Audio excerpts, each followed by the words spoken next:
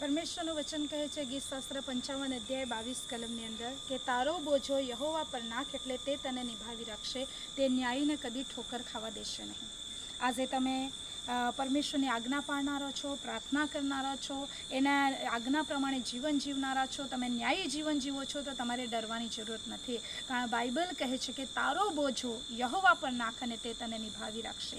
આજે તમારા જીવનમાં કોઈ પણ પ્રકારનો બોજો હોઈ શકે, તમે બીમારીમાં હોઈ શકો, તમે ડિપ્રેશનમાં હોઈ શકો, કોઈ પણ પ્રકારના બીજા તણાવ હોઈ શકે, તમે આજે સમાજની અંદર તમે નિરાશાની અંદર તમે ડૂબેલા હોઈ શકો, તમારા નોકરીની અંદર કોઈ પણ પ્રકારનું તમારા જીવનમાં સમસ્યા કે બોજા હોઈ શકે. પરંતુ જો તમે પ્રાર્થના કરનારા છો, તમે પરમેશ્વરની આજ્ઞા પાળનારા છો, પરમેશ્વરના નીતિ નિયમમાં ચાલનારા છો, તો પરમેશ્વરનું વચન આજે તમારા માટે છે કે તારો બોજો યહોવા પર નાખ અને તે તને નિભાવી રાખશે, તે કદી ન્યાયને ઠોકર ખાવા દેશે નહીં.